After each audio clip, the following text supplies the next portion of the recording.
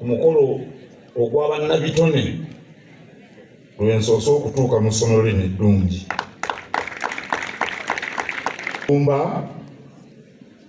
Kubanga muganda we yajja ewaffe mu maka mwenzaalwa n'awasa mwannyinaze n'enkoko ne bagimpa n'enjirya. Naye mwebaza olw'obutetenkanya obwatusobozesa okufuna essomero eddungi bwe liti. Ssebo weebale nnyo, weebalire ddala. Ate njagala nnyo omubala gw'essomero lino. Education is liberation.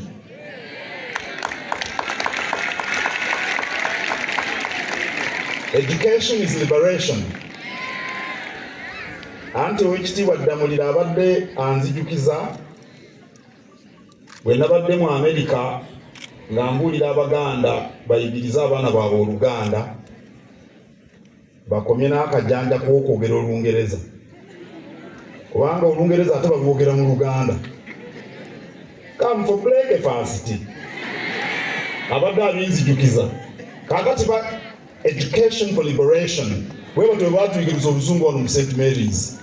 Naye kyenjagala ku mubala ogwo amakulu agagulimu obununuzi obutuufu buli mu bumanyi. Obununuzi obutuufu buli mu bumanyi, si mu mmundu.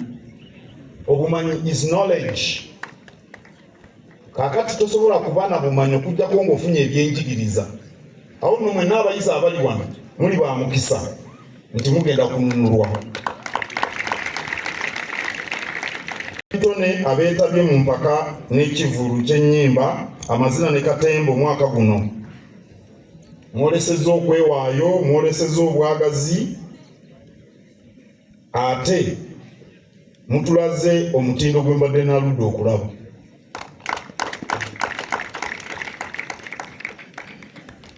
Era amazina, ennyimba wamu n'ebirala nga mwana asomye bwino bitulaga obukugu obuli munda muffe. Katonda yatuwa obusobozi bunene nnyo, naye emirundi mingi tetusobola kubuvumbula kubanga tuba twetya oluusi n'okwenyooma amaloboozi gye tuwulidde, ennyimba, obubaka, byonna bitulaga nti ebiseera bya Buganda eby'omumaaso tebijja kuba bibi nnyo ng'abantu abamu bwe beeraliikirira. Nze si bwe ndowooza n'akatono wano kiwa ekifaananyi nti mu maaso ebintu bijja kubeera birungi. Omulamwa gubadde guvuga ogw'ekivulu kino Twetaase Nawookeera w'okukozesa ebiragalalagala. Ne bwe sisoogera bingi, naye mwenna abali wano abalabye n'abaana bye bakoze wano mutegeera bulungi nti okukozesa ebiragalalagala kutambulidde nnyo mu bavubuka. Era tulina okutema empenda okulwanyisa omuze ogwo. Atategedde bulabe bwa biragalalagala oba oli awo Father Mukiibi anaamutegekerayo noveena obuli mu biragalalagala. Era nsaba abakulu b'amasomero abali wano mutwale ensonga eno nti nkulu, oba abayizi munaabatwalako mu malwaliro ne balaba abakozesa ebiragalalagala bwe bafaanana lwe banaafuna obubaka. Siriimu bwe yali akajja nali muvubuka kumpi myaka ng'agy'abaana abali wano, tugamba abali mu HSC, ne ŋŋenda nkyalira omulwadde yali mu ddwaliro e Lubaga. Yali mukyala nga mukwano gw'abaliraanwa baffe, kale namulaba nga yali mukyala nga mubalagavu muzibu, nga yalungi wa bano bayita bakalaala. bwe ntuuka erubaga lwa lunaku lwa Sande ne ntambula woodi mwe yali baali bagimbuulidde ne ntambula n'enva eno ne ntuuka eri naye nga omukyala gwe mmanyi omubalagavu simulaba. Kati ne ngenda nga nsoma amannya agaali ku bupande buno bwe basiba ku bitanda mu ddwaliro naye nga erinnya lye ne nnyimirira ye nga ntaddeko amaaso naye nga takyasobola kwogera ng'alina ennyina atudde awo wansi nagamba munnowuuyo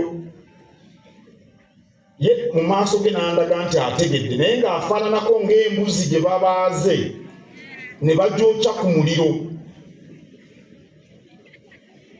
She was one whole wound. Natya nnyo n'amaviivi ne gawoomerera. Abaana beetaaga okulaba ku balwadde bano abanywa ebiragalalagala lwe banaategeera obulabe obuli mu biragalalagala. Era temuzannyazannya na bino byakusaagirira kyayi w'enjaayi.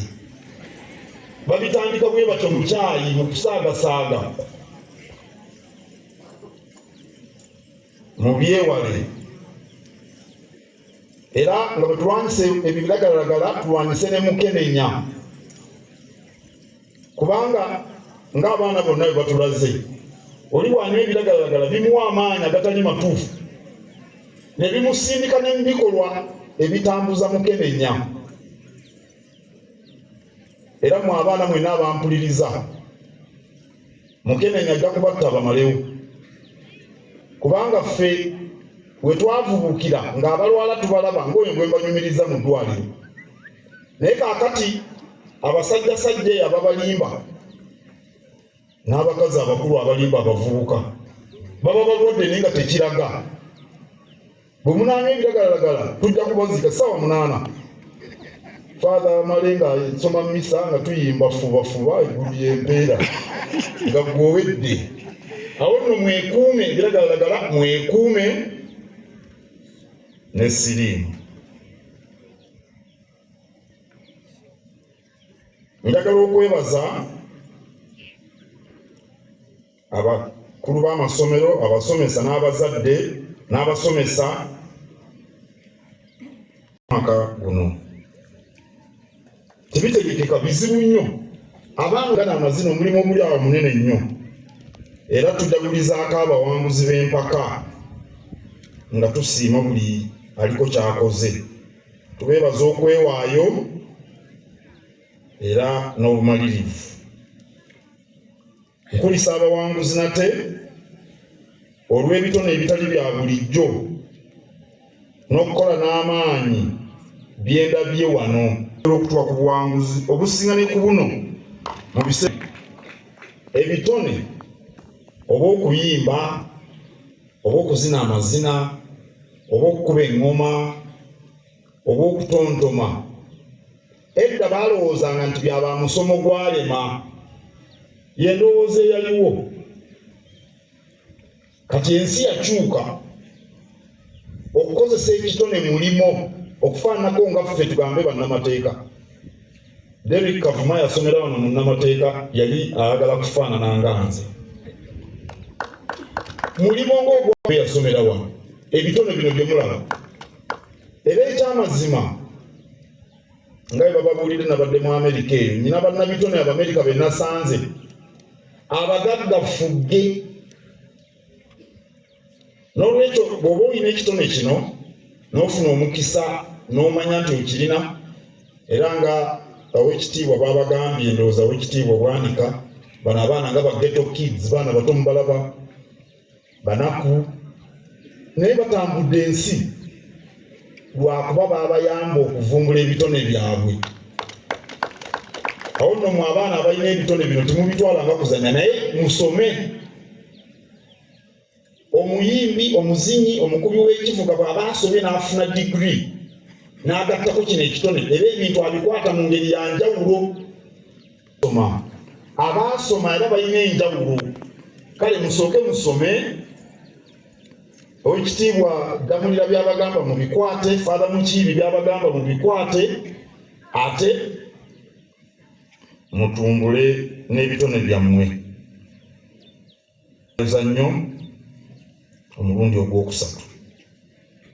Etubadde bweru etwakoowa ekitayogerekeka ate twatuukira mu kaakati ndi wano naye kaakati olwokuba munyanyiriza bulungi n'obukoowu sibuwulira. Mwebale nnyo mwebalire ddala nsiimye nnyo n'ekirabo ekinkwasiddwa chairman wa board Father Ssentumbwe Male.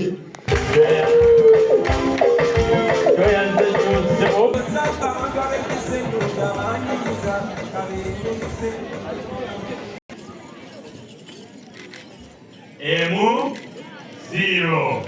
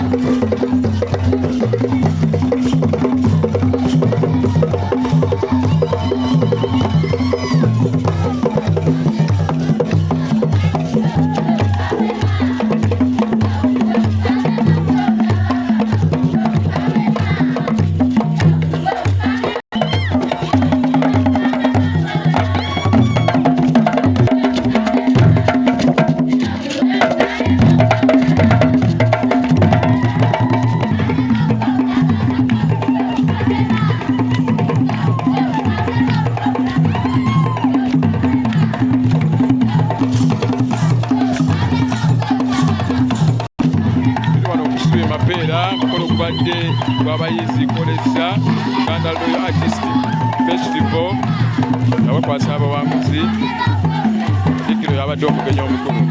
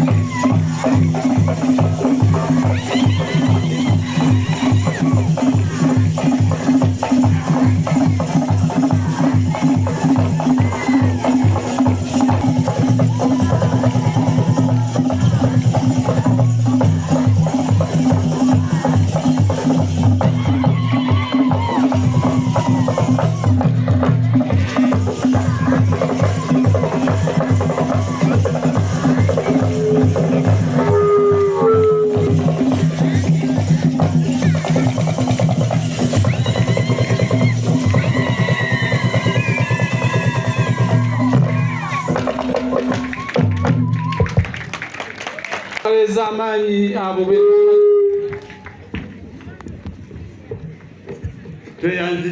tweyanzege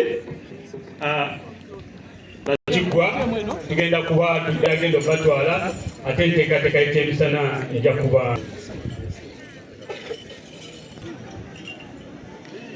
Katonda omulungi ow'ekitiibwa Mukama otubunduguleko emikisa gyo waffe omukuumenga.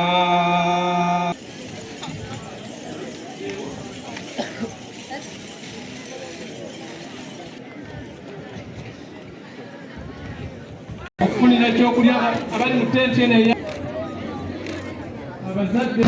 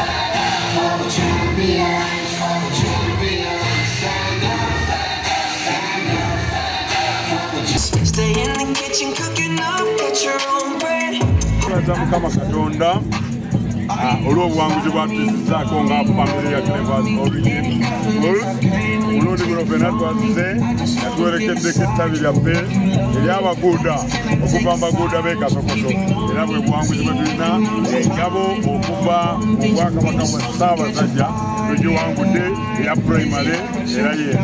Twebaza nnyo abatendesi, twebaza nnyo ebyebbeeyi bino ebikoze, netwebaza nnyo abateesiteesi olw'omulamu omulungi ate ogwajjidde mu budde ddala. Tumanyi nti abakyapasa bakamaliriza okutegeka omusomo gwabadde gyo ku Hotel Africana ogw'ebiragalalagala ate naffe bitwale nga twewanyisa mu masomero bannange twongere okulwanyisa ebiragalalagala olw'obulungi bw'obwakabaka bwaffe n'olw'obulungi bw'abaana baffe n'olw'obulungi bw'eggwanga lyaffe. Okuwangula okusinga amasomero amalala ndowooza buli kimu tukiwa obudde bwakyo. Bwe kutuuka kusomesa abaana tubawa obudde, bwe kutuuka kukola mirimu mirala tubawa tusomesa omwana ajjudde. Mulimu amasomero mangi ga go choka and talk ku makya morning waka break time waka homework buli kimu naye ffe buli kimu tukiwa obudde. Bwe tugenda mu mupiira tetuli ba muzannyo, bwe tujja mu kuyimba tetuli ba muzannyo, mu kuwaata emmere, mu kufumba, mu kulima kwegamba tutendeka omwana ajjudde. Olaba ne nyukalikiro mu abasekendwe baatukoppa era abaana kati tebakyagoba bali kimanya 8 buna mwana ow'obuna nga talina talenti kiba kisasalala, omwana ow'obuna nga talina mpisa kiba kisasalala, omuwala bw'afuna nga tamanyi kuwaata ttooke tasobola na kufunabona. N'olwekyo obuwanguzi buno bwafya tumanyi okubalansinga obudde bwaffe netubugereka kino netukigerekera na buli kimu. Amanya Mugwanya Christopher omutandisi w'amasomero ga Clevers Origin Schools kuva ekitintale erizaala gonna netuteekasokoso mbaguuda abawangudde olwaleero n'omugole waffe okuva emaganjo